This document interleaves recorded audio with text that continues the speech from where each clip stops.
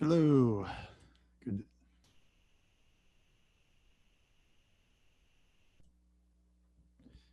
Hello.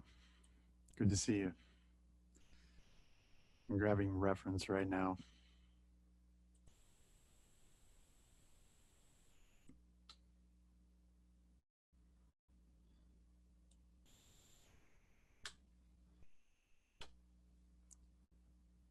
Hello there. Good day to you.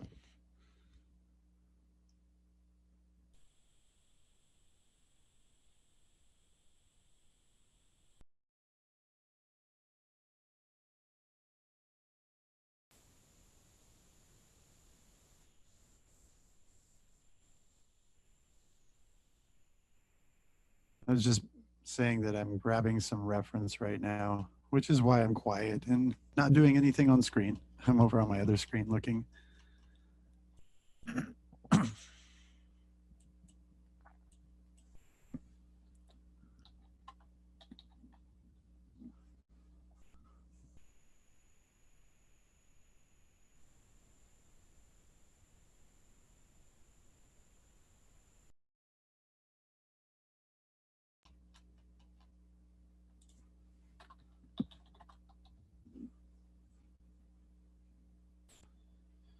The internet is really slow right now. So, the other thing that happened earlier with our other class is the audio kept cutting out because the internet was bad.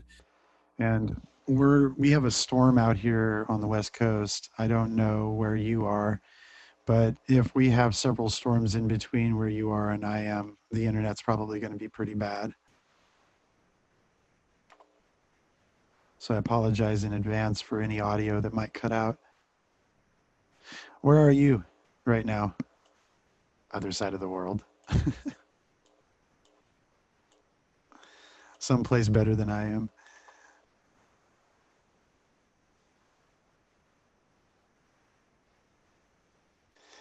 In the valley? You mean Los Angeles Valley?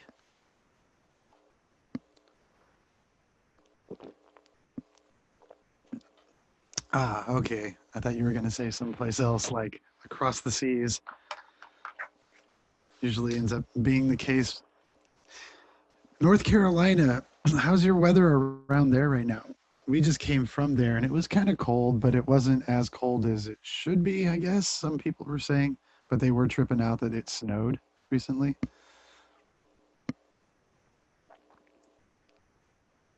We just came from Nashville. We were doing a workshop out there.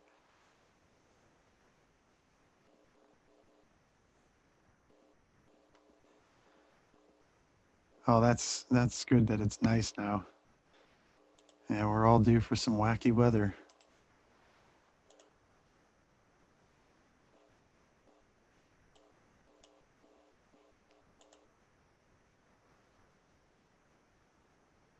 Okay, I forgot what I was doing here. Oh yeah, that's right, looking for people. um, sitting here, cars, trucks. Why am I looking at cars and trucks?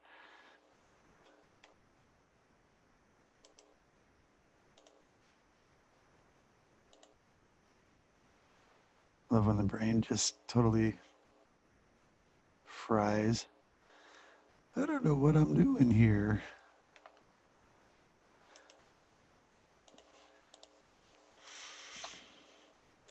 Oh, nice and small. How great. Thank you. I need to make an adjustment on this one. This is low lighting. You can see shadows on the ground, but they're not that intense. That may or not, may not be one of my victims here. Actually, this is a much better one here. Oh my goodness, why are these so tiny?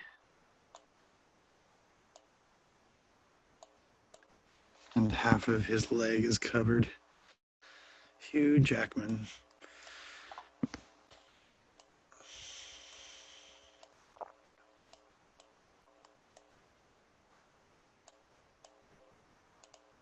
So this will be my victim.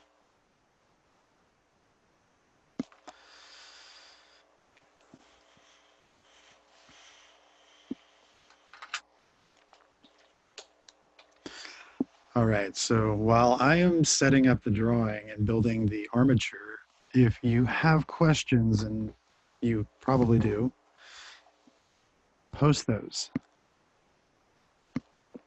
So I can either begin with your questions or the drawing that I'm going to start with here.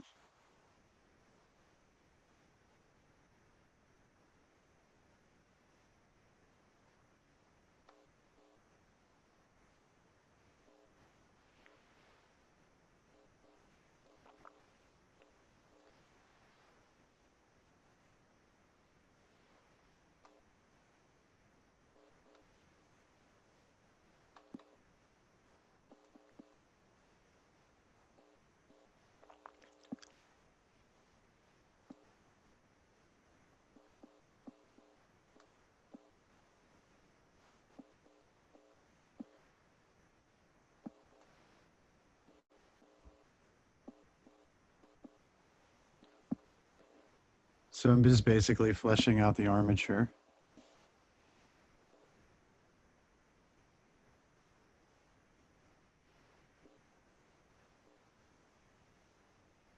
Giving myself a few parameters to work with that will help me judge my perspective, my volume.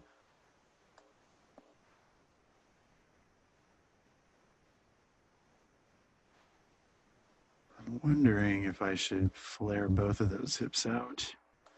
It's probably a better idea. This leg goes back. This leg comes forward. This foot is back. This foot is forward. And he's bent at the knee, which means this leg is up.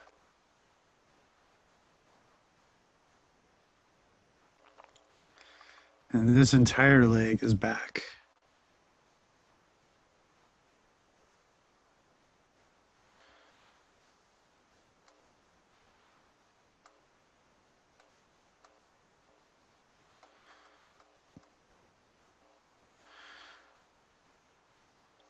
So I spend a little bit more time on the armature because that's the, as I've mentioned, it's the animation of the pose. It's the caricature, it's the character, it's the life, it's what breeds all of the motivation into the folds that we're drawing into the picture space. All of that is dictated by what I'm doing here. Because this is helping me retain or find a certain dynamicism that I'll be able to hinge all of these parameters onto. The parameters of motion and movement and direction and form and so forth. Question. What level of finish do you mean by final render? Does it include skin and hair? No, skin and hair is not included, but the armature is. That means that you at least have to have this kind of a line frame underneath and in all of the places to remind you and I that there is a human being sitting underneath the clothing. Because what is happening now is that as we're moving forward, some of you haven't had figure drawing before, and that's starting to show. Some of you haven't had perspective before, and that's definitely showing in the design of what the folds are doing across the figure because they're not actually going around it. And some of you aren't putting the figure into that drawing, and it's not allowing you to see the big picture. Without that figure in the picture space, you're not remembering that there's a person underneath there that's causing all those folds to do what they're doing. And that's what we're doing in here. Hey, Daniel, good to see you.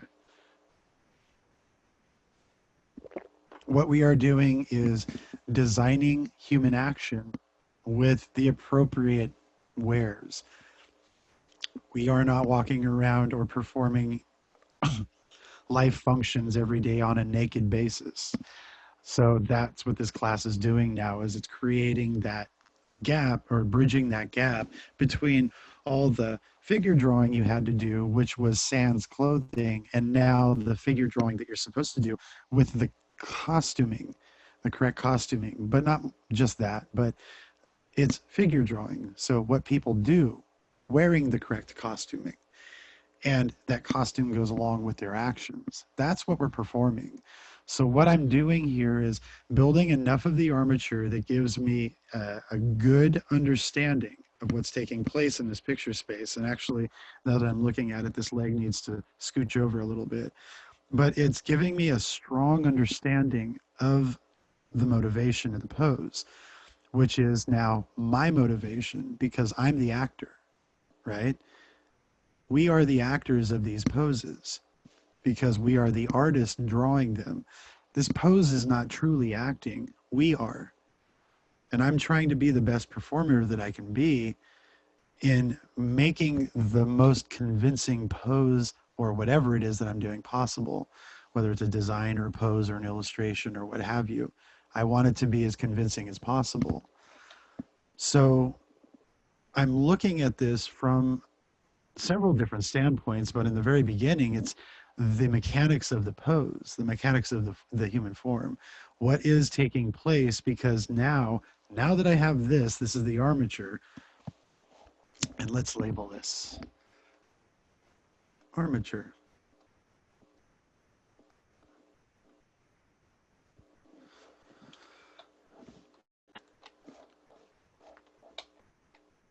And this one is going to be silhouettes and action lines. So I'm going to be cutting all the clothing into its silhouetted forms, and I'm going to be looking for the action lines. In between both of these layers, I'm going to put a buffer layer, buffer 1.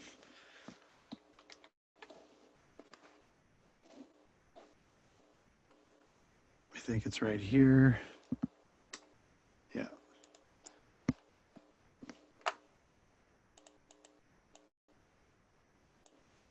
All right, now up here.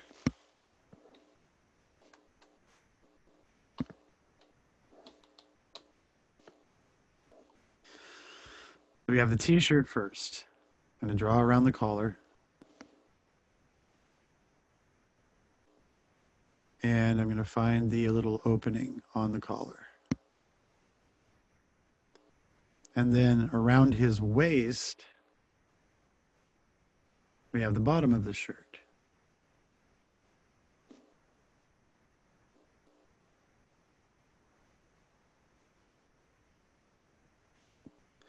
You can do whatever you want with how you're building up the layers. That doesn't matter so much. It's just making sure that you have a distinction between those layers so they don't confuse you. Because with every layer being black, after like 3 or 4 layers of grid lines, you're just like completely confused in the spider web. So you're trying to make it make sense for yourself however you need to. And I just put a layer in between each layer instead of lowering the opacity, because then I have to go back and raise the opacity again if I want to take all those layers and do something with them. So I just throw this layer in between just as a result of that. But whatever, it doesn't matter. I've done both. What's a good way of spotting the difference between embroidery and lace?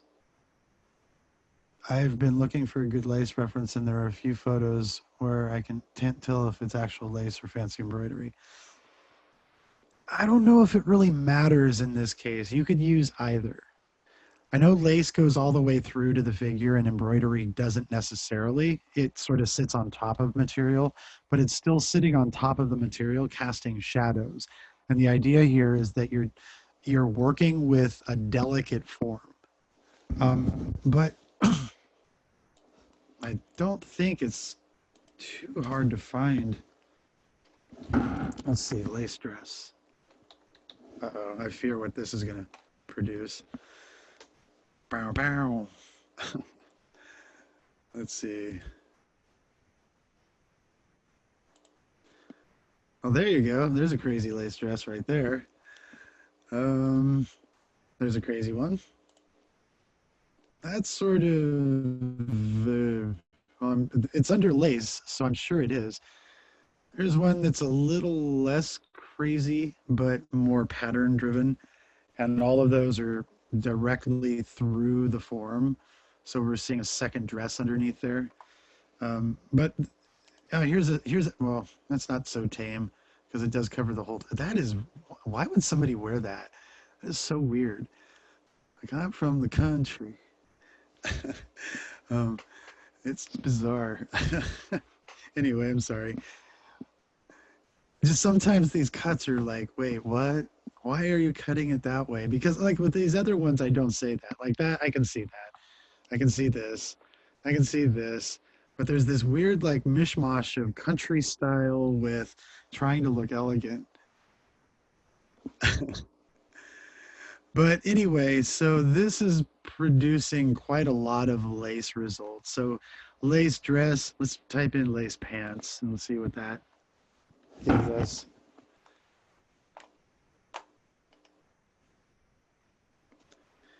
Yeah, that's going to be just as crazy. But there's another variant that you can work with. Let's see, lace shirt. I want to find one that's sort of like half material and half like the like no, not like that.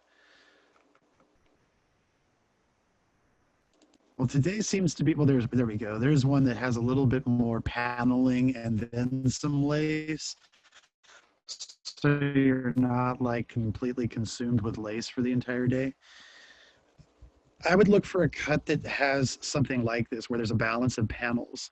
So it's not 100% the lace, but what I'm looking for with the lace is the drift. So if you notice up here, the material you can tell is not resting against your chest because it's casting shadows on there. And then like and you can see it right along in here. You can see like a little bit of a shadow that's starting to go around her shoulder over there.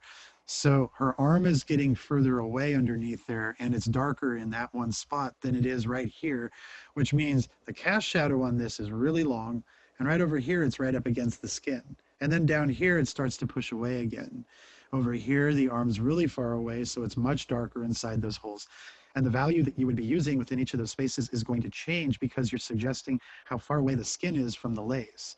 And that's the second layer of lace is not just the patterning itself, but the shadows it casts on the skin and where the skin is in proximity to it. Those are the two functions. So if you can find something like, I would even say if you were to go with something like this and just work on, say, the top up here and one arm, you're good to go. You don't have to like go everywhere, go crazy, because that's just too much stuff to work on. But considering that I can't find any simple stuff, ooh, macrame lace. Okay. But that's casting big shadows. That big giant pot leaf in the middle is casting that huge shadow against her belly. So you could kind of take this as a good example and create depth within that interior space so you can see how far away her body is from the particular material that's out here in front with all that patterning on it. And I don't think in any of these cases, like even this, it's just like, what? But do keep this in mind when you're looking at these things. If you notice that each one of these is in a pattern, right? There's a pattern. They go 1, 2, 1, 2, 1, 2, 1, 2, 1, 2, 1, 2. Everything's in twos. And each two has a circular flower attached to a stringy flower or a smaller, lighter circular flower. So each bunch or each group has those same two flowers. And then the person who's created this pattern rotates it. So along this axis, all the flowers are always up and to the right. And along this axis, they were always down and to the right. So that kind of creates a pattern. So the little bit that's right here is probably the end bit that you don't see of this one right over here. This one and this one are both the same. And then we create a half moon for this and kind of like a swan shape for this. I'm going to draw both of those out to show you. Let's just copy that over for just a second. I'm going to break, Jack. Sorry, buddy. All right, and let's do this here. For this, it would be this and this, and then this with, looks like maybe that. And then over here, it looks like a little duck kind of thingy with a head that goes this way and all of this goes up in that direction. And that's like the rough design. So now I can do that again. I can do this, do this, do this, do this, and do this. And I can keep doing that. And then if I need to make it narrower, because it's now in perspective, we do this. Oops. And this. And now it's a little bit narrower, but it's the exact same shape because I've created a stencil. I know what the shapes are that I'm going to use over and over and over again.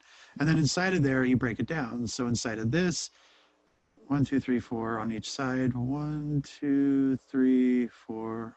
1, 2, 3, 4. And then there's a split at the top. There's a harder line around all of it. There's a darker and thicker edge around this. There's something that comes up this way, and it has 1, 2, 1, 2, and a little one up here, so that would be erased. And see, I can build these patterns now, and I can design all of these things on top of it because I know where they're supposed to go. Everything is organized for me, and I've created the initial organization. And for somebody who's not all that organized, this is really making a big difference in how I put everything down on the page. The same for you, if you were to build it in a pattern. So I'm going to turn that layer off now because we got to get back to Jack. All right, so we got the white shirt. We're going to go with the jacket. We have the cuff.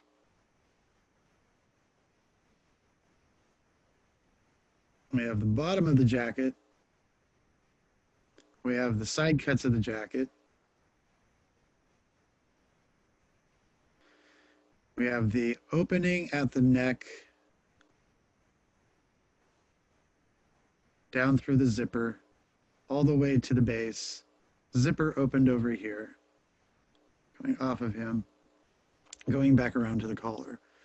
Then across his shoulder, up off of his arm, onto the other side, down his shoulder over here, around the shoulder, down into the elbow. It looks like there's an additional rounded edge back in here, comes down, turns into a small fold, closes in on his arm, opens up again, and then turns into the cuff. The inside edge is a little easier to see all of those transitions. 1, 2, a big rounded one, a much larger rounded one, and then one that goes behind his chest, right along in here. I'm going to bring the chest line up through the shoulder because that's a stitch line, which is much like this right along in here. This is also a stitch line. I'm going to go down this way. Then across his bicep, over the inside edge just above or where his ridge muscles go. The ridge muscles are the muscles that rotate your arm. This goes around the wrist, back, poofy, elbow, and then back in. So it makes it kind of easy to create these cuts because I know along the way, like how much space I have and which direction they're trying to move in, knowing that I have the figure underneath there. The figure is the reason all this stuff is easy to map. It would not be easy if there was no figure in there. And the figure will never leave the picture space at all. There's no reason to, because this is not a drapery class. This is a figure drawing class with clothing on the figures. So now off the hip, down the side of the leg, around the knee, down resting against the foot, up and over the foot, resting against the back of the foot, from behind the knee, we have 2 bends. We have a fold, a subtle fold, and then one more subtle fold up here, and then into the crotch line, which is a little bit higher up. Then against the thigh along the inside edge here, it looks like there's one small fold coming around his knee.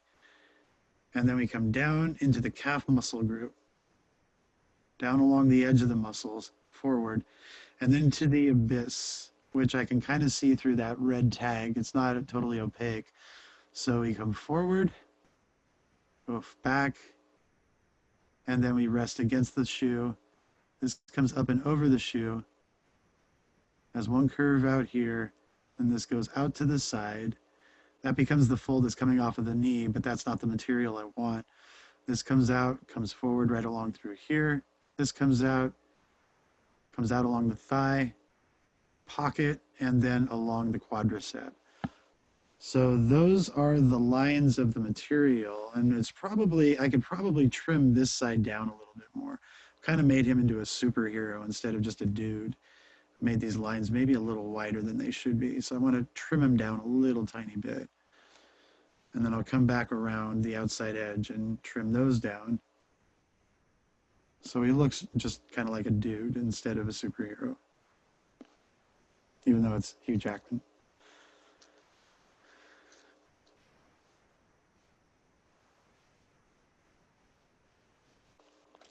And then we have the shoes, which now a couple of you are kind of making the impossifoot, meaning it's just like impossible to be a foot because it's so much bigger than life size and bigger than the head, which means that you're not really paying attention to the figure from head to toe. You're drawing down as you go. So you're drawing the body, then the legs, then the feet, and you work on each little area.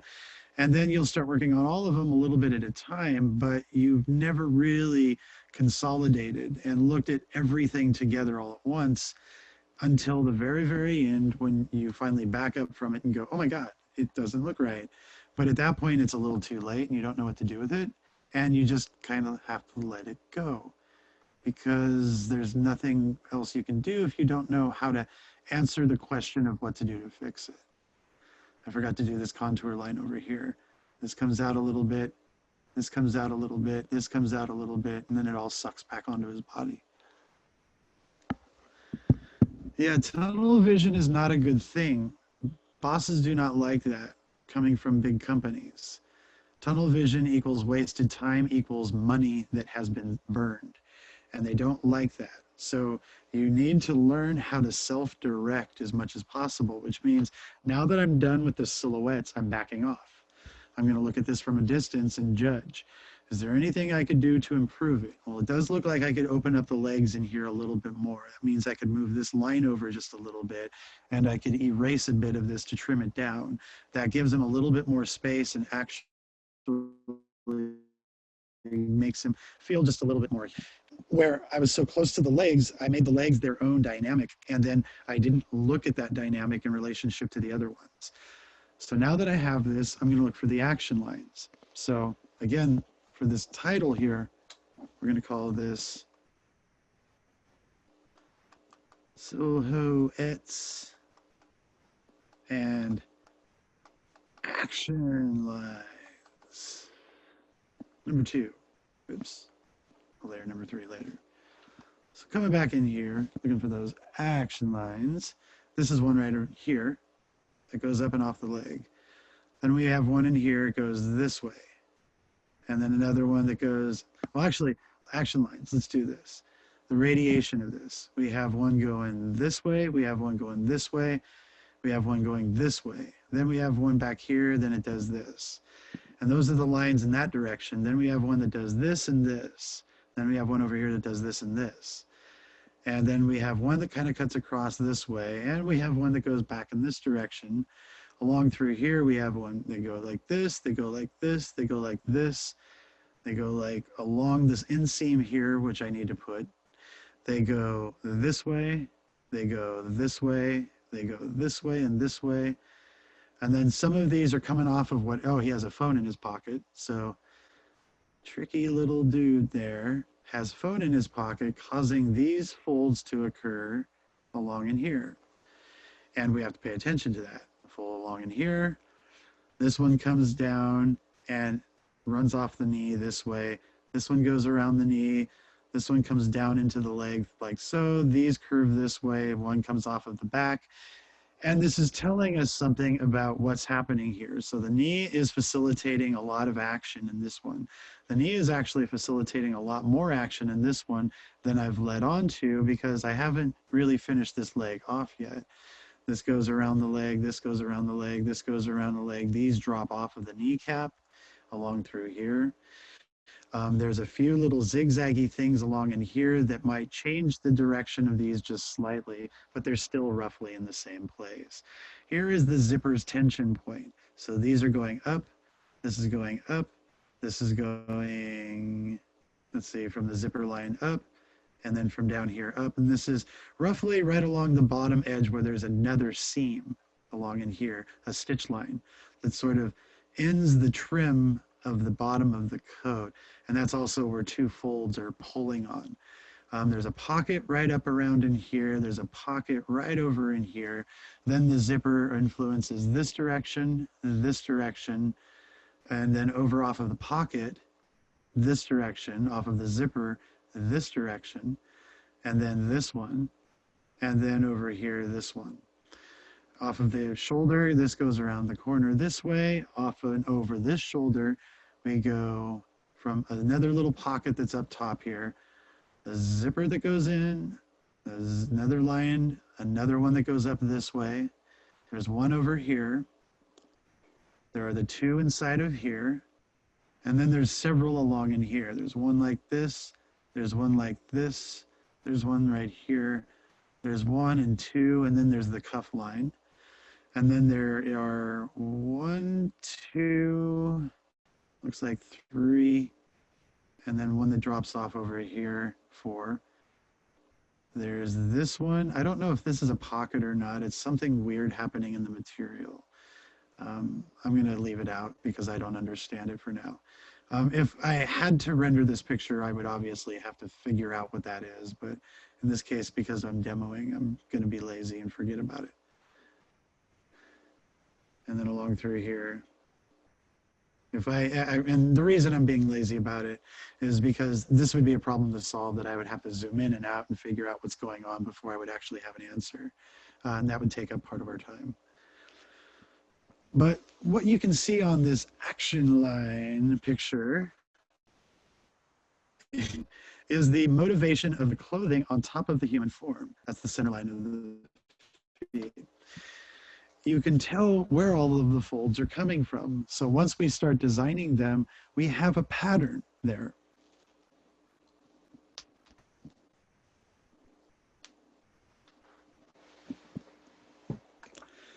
So the pattern has the motivation for everything that we're now going to be doing. So the next line up is the pipe folds.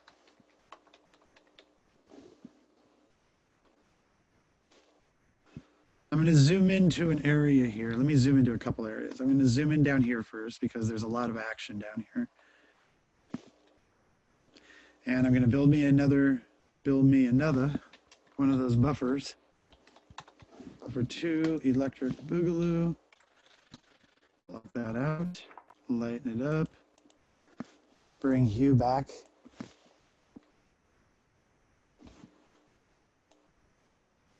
Bring hue jack back.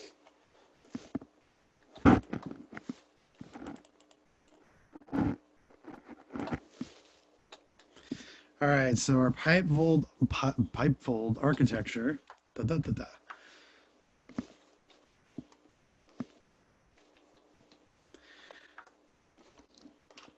We have off of this knee, under the kneecap, we have a small pipe fold. So right along in here, this sort of actually kind of locks into the bigger one that's coming off of his phone.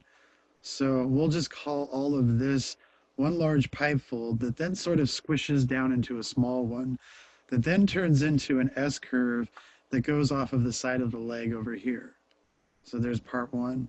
And part 2, actually, it's like a little V transition, sort of pulls away in 2 different directions here.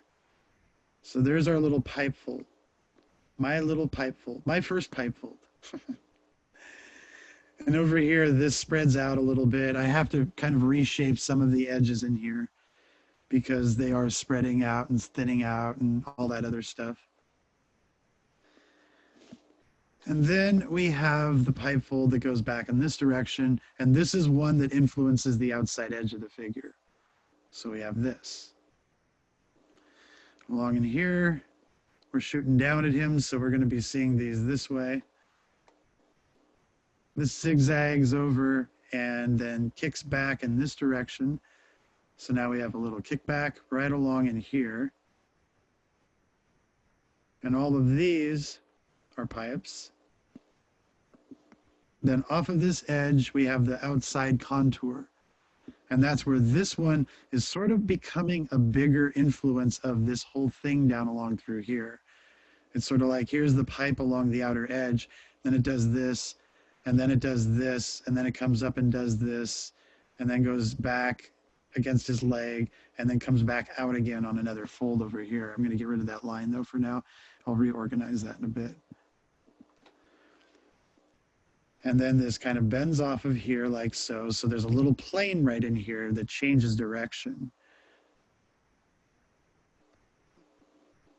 And then this comes up around the knee. This bumps up into a pipe fold right along in here. That's coming off of this corner of his phone. Then we have the phone shape. Then we have two folds coming off of that. We have a bigger one at the crotch. And that kind of goes up and over and describes the phone a little better. And we have a smaller one right along in here that also goes around the leg. And that's also important because it helps silhouette this phone a little more. Then we have the small one that comes off of here. And that one too is this pipe fold right along in here. So I'm shaping this in the wrong direction. It's going to go in this way. Actually, that's going to be there, and this is going to come up more, and they become that edge. This one becomes this edge. And there's another one in there. I'm just going to avoid it for right now. I might come back to it in a little bit. But already we can kind of see what's happening in here. Phone equals big influencer. Little divot, smaller pipe fold, and then another little smaller pipe fold right along in here. Slightly bigger one through here, and a zigzag fold over here.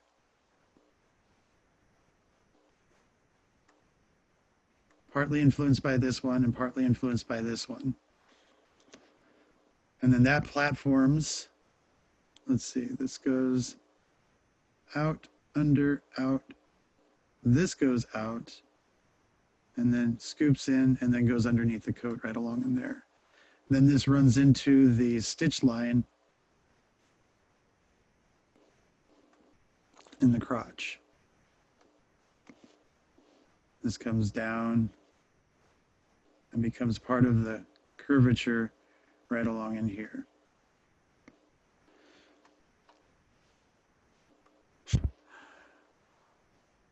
What did you do today? Oh, we looked at Hugh Jackman's crotch all afternoon.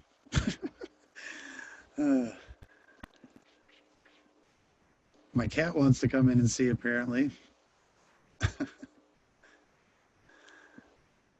All right, this one goes up and over in this direction.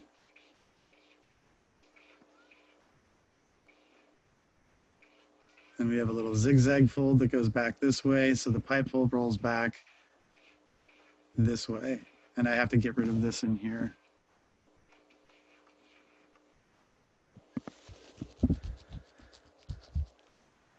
And then we have, let's see, so it goes out, in, along the figure, out, around, in, out, in. So that's sort of roughly the disturbance of the forms along in there. Pipe fold that goes around and diminishes and gets lighter. Another little tiny fold that goes out and gets lighter. Neither one of these really disrupt the edge along the leg, but I'm going to cause one of them to do so along down in here, just so there is a little bit of nuance to this space. This comes out again through here. Then as we move down this way, we have a fold that goes in this direction, and it branches off in two directions. Those are very minor, but they are there. And then there's this one.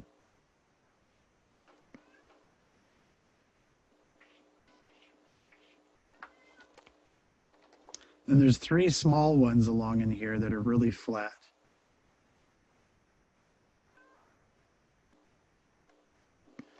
Then the material lifts up.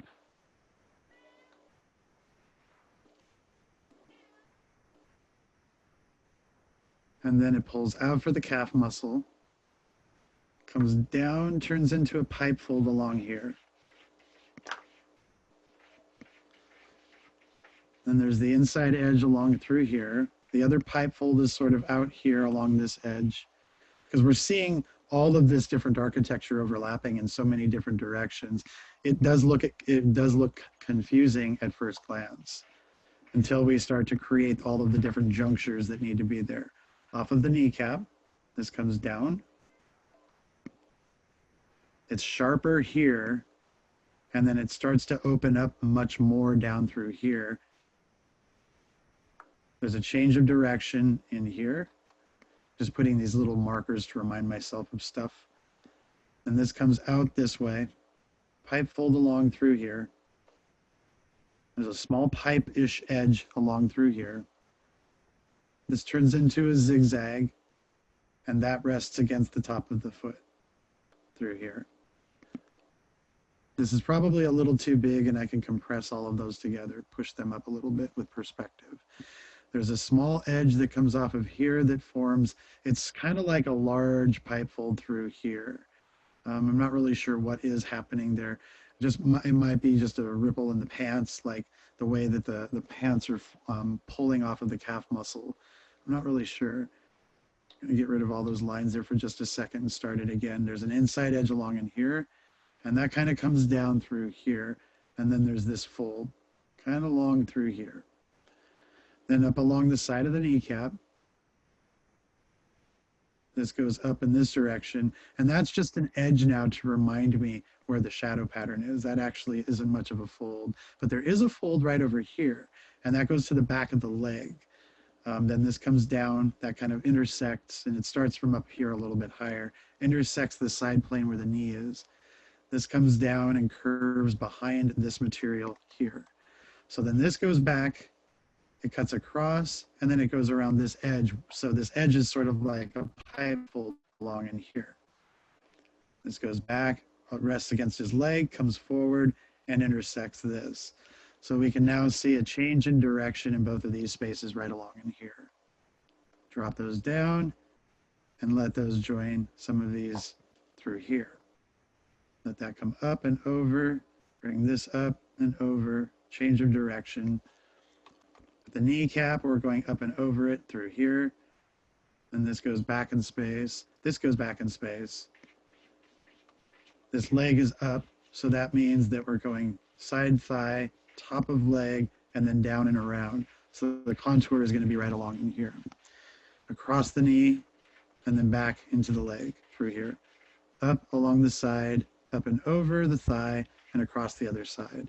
Then you can see the striations in the pants, which are perfect, because then I can do this kind of thing with them. See how this line is going to go this way, so I'll go ahead and lightly draw it in. And then anything it intersects, I'll just go ahead and make a change in direction in the line. So there's one of them. I'll put one over here a little bit closer to the thigh to remind me just how much these are increasing in their circular qualities and how much tighter these edges are getting around on the side of the figure. And then this one I'll bring through here.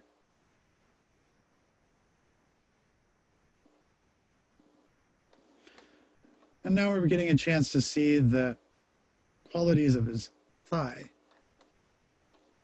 And that helps us shade this way, like this, like this, like this. That's shading with the form.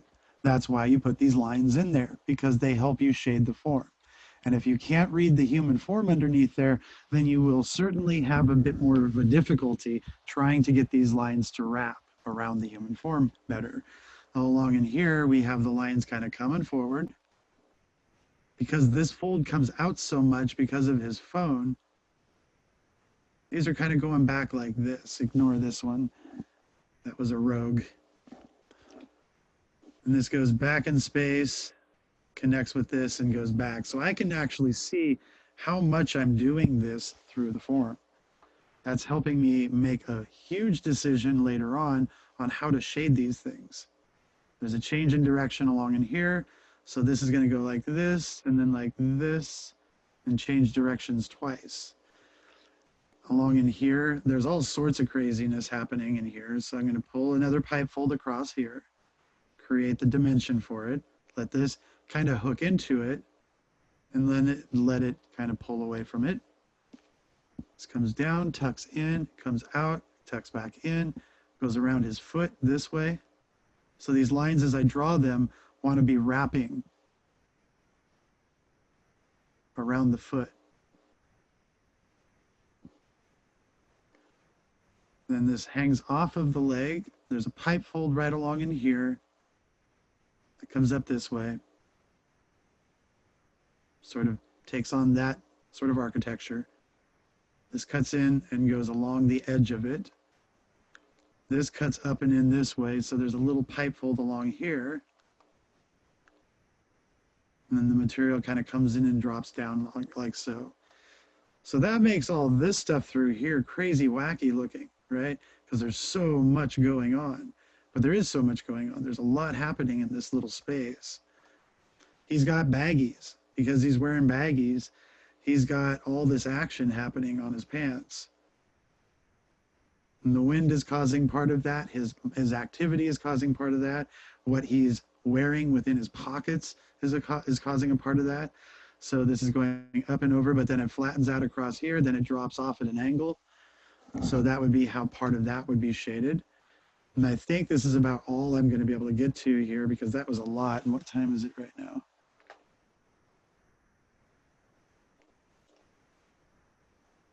Oh, no way. I don't have that much time left. All right, I got to render. All right, so that is the 3 pipe folds. And we'll call this, what will we call this? What we call this? I'll just call it for now low poly grid. Low poly grid.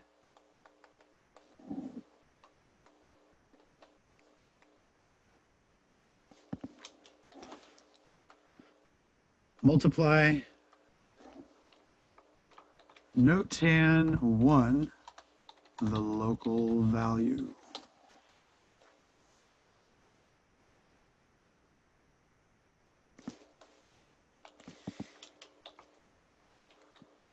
Buffer 3.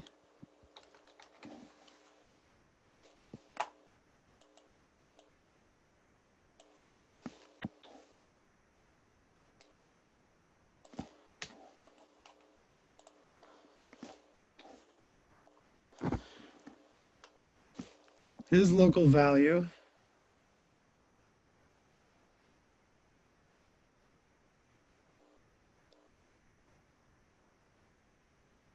it's kind of hard to judge one without the others. I would not recommend doing what I'm doing right now without supervision. I'm kidding. You shouldn't put one color in on its own and then just kind of assume that that's what it is. It really does need to be judged off of like the value of the jacket that he's wearing and his skin tones and his color of the value of the shoe that he's wearing. All of those together help you judge just how light or dark and appropriately lit or the appropriate value that you chose for that material. It's what you call relative value. So here we have the value that I have chosen for the local value of the pants. We could go a little bit lighter, but I don't think they should be too much lighter. I am going to do what I just mentioned here by putting in a hint.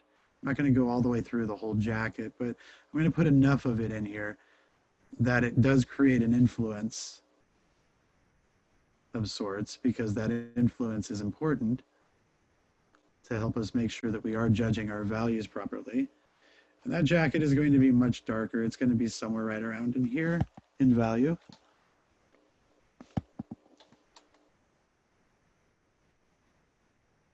And then his shoes are about the same value. So I'm going to put those in as well. If his skin tone was a big factor, I would have a part of that in there to, but right now I don't feel like it's really affecting the appearance of these values or how I should judge how to choose how dark or light to make those values. So I want to just go back to these really quickly. Go back to this really quickly. I'm going to lighten it about a half a value, right around there. All right, so that's the NOTAN local value.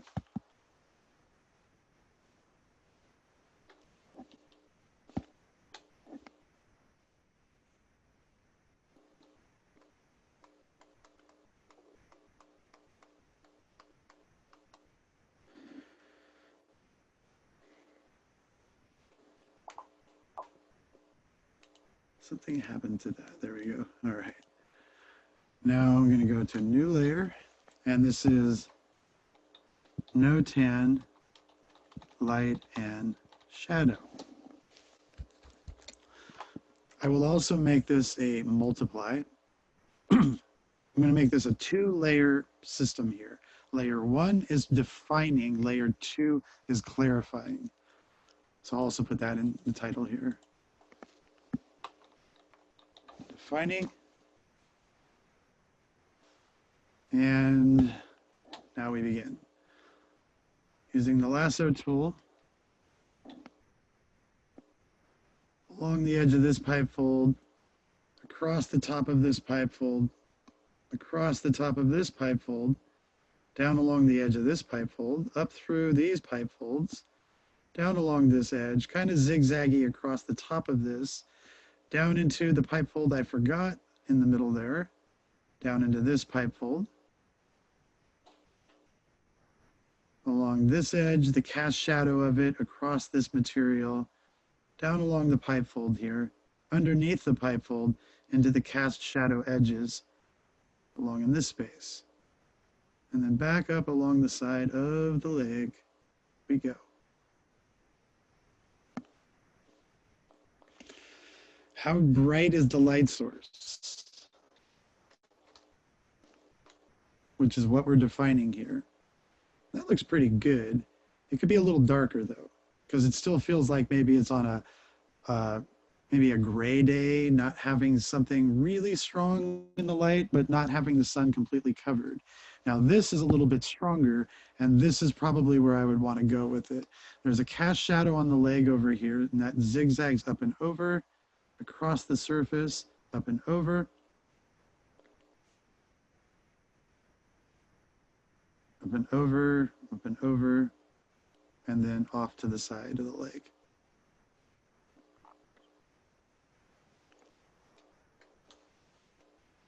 And then there's this small edge in here of this pipe fold that is visibly in shadow.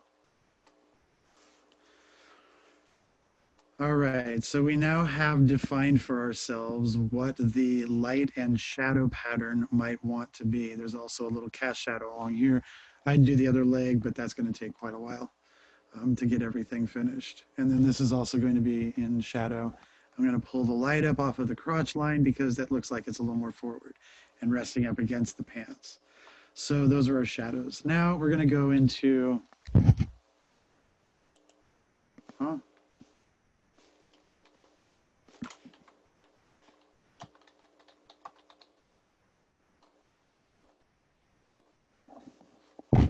So now we're clarifying.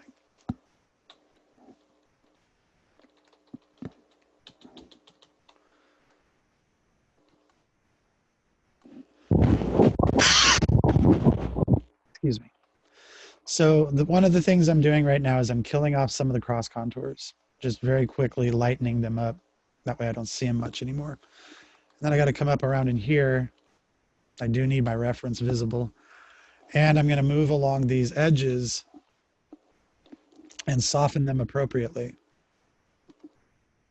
So it's going to be back and forth between these two values for now. I'm not adding anything new.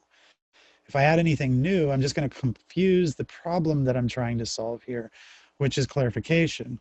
I want to clarify what these shapes are before I continue defining them further. So along here,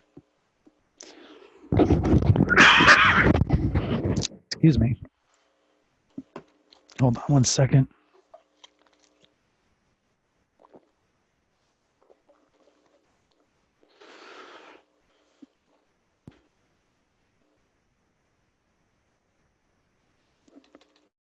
No, the darkest shadow value of all of them is called the accent. Or in the case of um, defining the shadow, it is your ambient occlusion. And that's an effect. That's like a highlight. You put that on at the very end. So I'm averaging the value. I'm squinting down and averaging. So a thing that you have to do when you're looking at your pictures, and I'm sure a lot of you are not going to understand this because you're coming from the digital generation and not having done a lot of life drawing, you probably haven't been told to squint at your subject matter. By squinting, what you're doing is reducing the amount of detail from the picture space, and it's averaging the picture together so that you see an overall effect and not just all the isolated details, which some of us with detail-oriented, minded ways of thinking will automatically do by default, pushing all those details in the way. The details are what kill your momentum and make it very difficult for you to paint a picture. If you have all that detail in your head, you're going to get stuck in every little space everywhere you go. And what I'm trying to do is avoid that by doing the big picture work first. Along in here, this is a gradation coming from the edges along in here and over in here. So I have that gradation blocked in, and I'm starting to build out the forms. I'm going to block this form down along in here because it is darker in value along this edge. This edge is softer, so I do need to soften it first before I start interacting with it. So before I finish a thing off, I want to get the edges surrounding that thing to the right level of render. So that means whatever their hardness or softness is, I want to make sure that I've matched that. So these are a little bit fuzzier, softer. So I'll soften those up. And then down along in here, this is a cast shadow, so it's sharper. And then these over here are form shadows. So these are going to be softer along this edge. And then I forgot to put in this little bit right in here. Start with it all sharp and then soften the appropriate edges, both of the bottom edges. All right. And then this edge over here goes a little bit softer as it goes up the pipe fold. So now that I have the big edges in place and I feel like they're working okay, I forgot these edges in here, but everything else is working okay. I'm going to go ahead and extend those edges outward now. I'm going to extend them outward before inward. So that means I'm going to go out into the lights. I'm going to grab this value right along in here. And as I go, that's what I'm doing. So I paint, and then I make it lighter, and then I grab from here. And then I make that lighter, and then grab from here. Then make that lighter and grab from here, and so forth. And then come back through here and blend these edges back and forth until they blur. And that makes it a lot easier for me to create a gradation if I'm not good at pen pressure. So I'm going to do that same thing along in here. I'm going to go with this and go a little darker in here, then grab that value and clean it up a little bit. So it is a lighter value, but it's darker than the shadow pattern, and it's not all crackly the way my brush strokes kind of look there for just a second. And then the same thing in here, going to start all crackly, and then grab from in there, use the color picker, and finish off the rest of the brush stroke doing that. Now I got to remember that the phone is in there, so everything next to the phone is going to be darker than the phone. And then everything on top of the surface of the phone is going to be darker than the rest of the pants around it, or at least above it and to the side of it over here. And that will hopefully retain the shape of the phone in there without it just like becoming completely obnoxious. But it's going to be obnoxious anyway because there's a phone in his pocket. Can't help that, but that be obnoxious. It's lighter over there.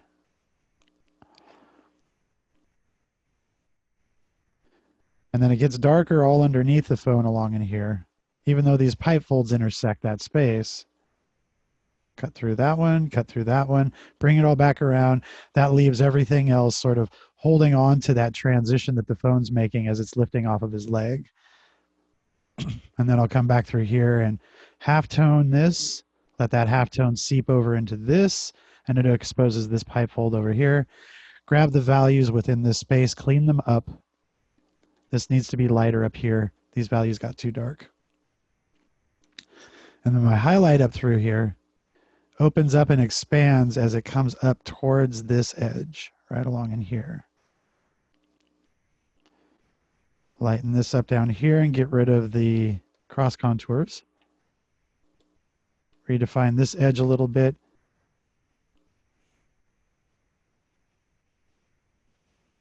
This ramp of value as it turns towards the knee.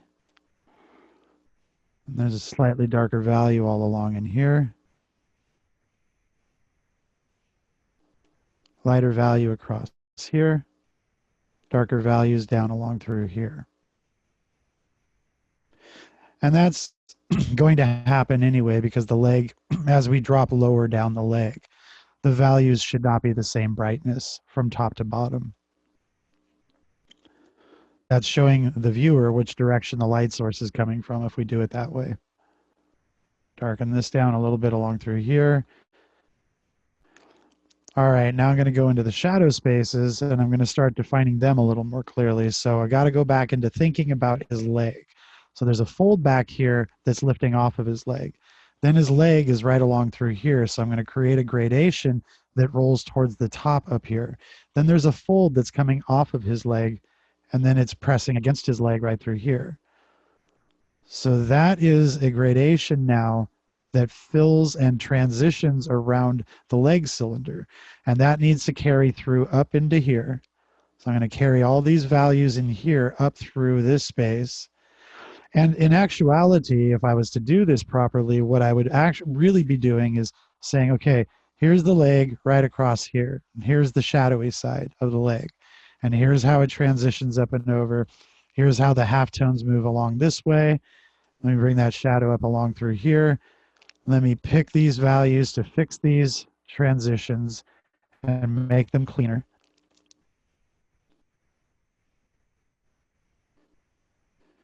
And I'd start with that, and then I would cut the shadow patterns across that form, because I think at least with this, I can build the cylinder forms of his leg before I get lost in all the details of the folds. But regardless, I'm in here now in these shadowy spaces. So darker along there, darker back along in here. Getting both ends of it. So I know that I'm highlighting or defining how these folds are supposed to work. And I'm really not sure of the logic of this fold along in here. I do not believe that they're going to overlap like that. This is probably blending into it somewhere right along in here. So I'll clean up the intersection there, make it less ambiguous. Then darken some of these folds right along in here. Then I'm going back to the anatomy again. I'm just going to dip this down a little bit darker underneath the calf muscle right along in here, along the forward edge of the folds to really show that they're lifting off, and then against the fold back in there, and that's against the leg. And then it's bright in between. That's reflected light. Then there's that shadow along the underside of this, and the curvature of it goes around the leg so you can see the leg's volume through the folds. Some of the folds totally reveal the leg, in other words. So now back and forth for a little bit until I have some of the architecture set up and I have these contour lines completely removed. Those kind of need to be out of the picture for me to be able to judge what to do next, because they are a little bit obtrusive. They make decision making a little more painful sometimes when, and you're not even thinking about it, but they're just sitting there and you've forgotten that they're sitting there, and they're actually causing some kind of a massive, like, internal crisis because you can't come up with an answer, and it's merely just because those things are sitting there. Darker along this edge, lighter over here. Lighten it up this way. Dark all through here, and even darker. We can push that a little bit darker. Darker through here, darker underneath here. Darker and sharper along that edge. And that same kind of thing up underneath here. The crotch is a lot darker where the light doesn't get in. Bring some of these halftone values up in between these spaces. So here, right along through here and here. and then above this one as it travels upward, up into the jacket. And then going around this way, it needs to get darker because that's the turning of his figure around the hip. So there's a little bit of a gradation that goes across this way. And these will get lighter as they move towards the middle, but not that much because they are also defining some of these secondary folds. And then to do all this stuff, I would just kind of carve up like this and then cut across, cut across, cut across, break it up. So you have some of the pattern defined in there. A little bit darker there, lighter up there. That's a little bit spotty because these values aren't dark enough. So I'm going to take this shadow value, I'm going to open up the brush, make it big, and darken those things down so that they look like they belong within that space. And I know I'm making noise. I know I'm making it a little bit ugly right now. There's a pattern in there. But what I've done is I've clarified the picture. Up here, I can go a little bit lighter. So I'm going to go with a highlighted edge now.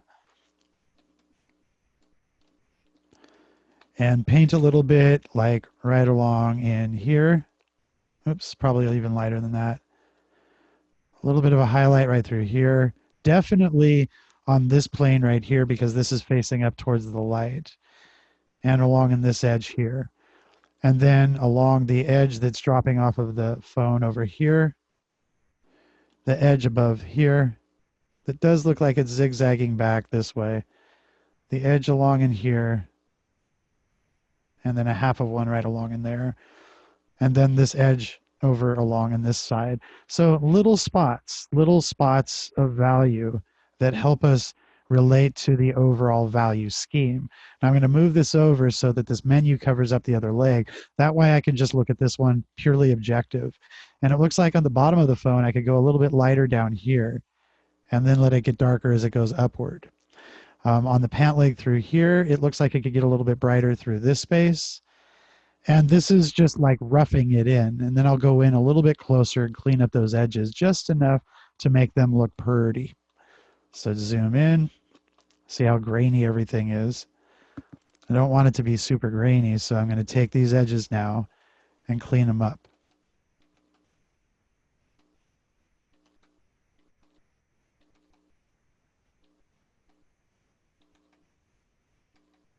Get each pipe to roll properly, get each cast to feel a little bit accurate, more accurate.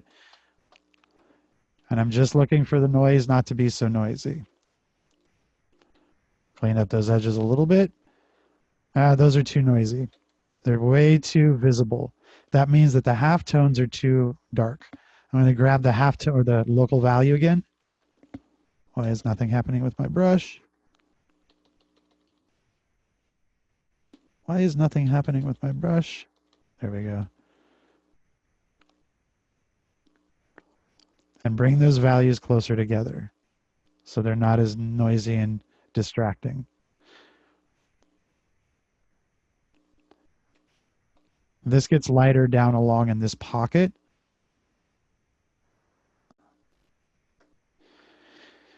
And then there's some massaging you can do. The massaging that you can do here would be to do the actual blending mode type things that help you bring layers together. And if you're not familiar with all of that stuff, multiply is your shadowy thing, overlay is your light thing. And what I'm going to do right now is I'm going to bring in a new layer, set it to overlay. This is going to be like my sunlight. And I'm going to add a little bit of light to the knee. I'm going to add a little bit of light to his hip. And then down here into these folds. And I'm going to take that layer and lower its opacity. So it's only about half that. And I'm going to take the eraser tool, or I'm going to take the brush tool with it set to clear, and I'm going to sculpt with it for a little bit and clean up that light so it's not that noisy and it's not that crazy, but it actually fits better with what I'm building. And I can't really judge this one pant leg right now because I don't have other things rendered. I've only rendered just a little bit of this. I'd need the other pant leg rendered in and then part of his jacket for me to look at this pant leg and go, it doesn't look quite finished yet. But for now, I feel like I've got enough information in there where I could move on to other parts of the picture. But I mean, let me take that back. I have enough in there to call it finished, except I would have to move on to other parts of the picture. And this is not how I would recommend you work. I recommend that you work all over all the time. So not just in this leg, but on this one, and then up in here, and then over here, and then back down in here again, then zoom out and look to how all of it relates. And does it relate? And if it doesn't relate, what do you do to make it relate? And keep going back and forth until you have the appropriate buildup all over. And then at the very end, zoom in and do a cleanup pass where you do lots of little tiny things to sharpen the sharp edges, clean up the grid, remove it, clean up edges that got too fuzzy or got too sharp on you, and make all those little subtle changes, add the ambient occlusions and the highest highlights, and you're done. As if that's like, now we've got the magic formula. But that is sort of what you would want to do.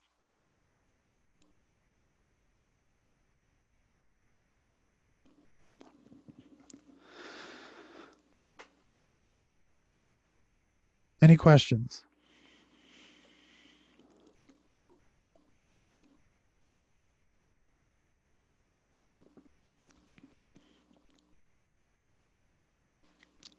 And that was step 5.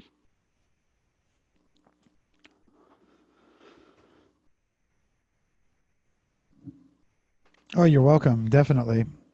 I've been meaning to do this for a while, but we've got a lot of other questions to answer, and then I don't have the time to. And today, I sort of, I do apologize if I did cut anybody's questions off, but I sort of cut in so I could go there. That way you can understand what's happening.